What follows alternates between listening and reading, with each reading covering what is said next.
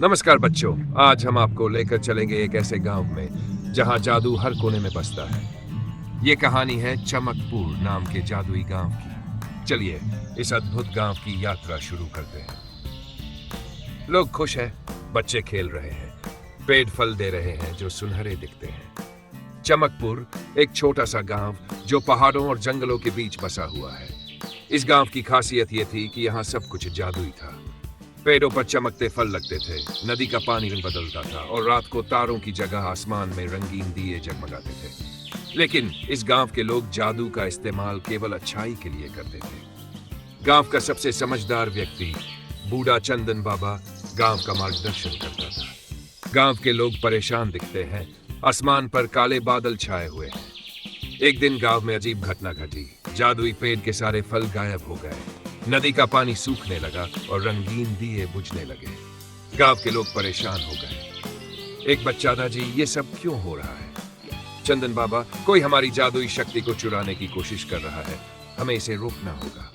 गांव के सबसे होशियार बच्चे सोनू और पायल ने इस समस्या को सुलझाने की ठानी। सीधुई जंगल की खोज। सोनू और पायल जंगल में जाते हैं, पेड़ पौधे बातें करते हैं और रास्ता खुद ब खुद बनता है। सोनू और पायल चंदन बाबा से एक जादुई नक्शा लेकर जंगल की ओर चल पड़े। पायल, ये जंगल कितना अजीब है, देखो ये पेड़ हमसे बातें कर रहे हैं।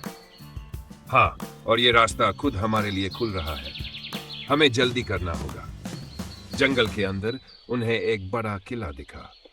किले के बाहर एक बड़ा दानव खड़ा था जो गांव की जादुई शक्तियों को चुरा रहा था। दानव और बच्चों के बीच जादुई लड़ाई का दृश्य।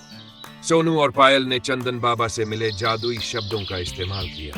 सोनू, हमने सुना है अच्छाई की ताकत हमेशा बुराई से बड़ी होती है, हमें बस अपने दिल की शक्ति पर भरोसा रखना है। दोनों ने जादुई मंत्र पढ़ा और दानव को एक बड़े बुलबुले में बंद कर दिया।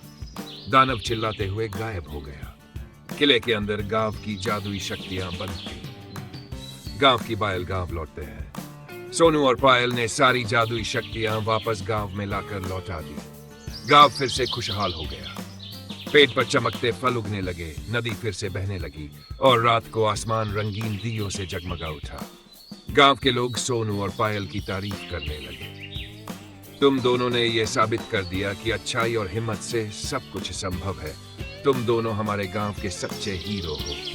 अगर आपको ये कहानी पसंद आई तो इसे लाइक, शेयर और सब्सक्राइब करना मत भूलिए। मिलते हैं अगली जादुई कहानी में।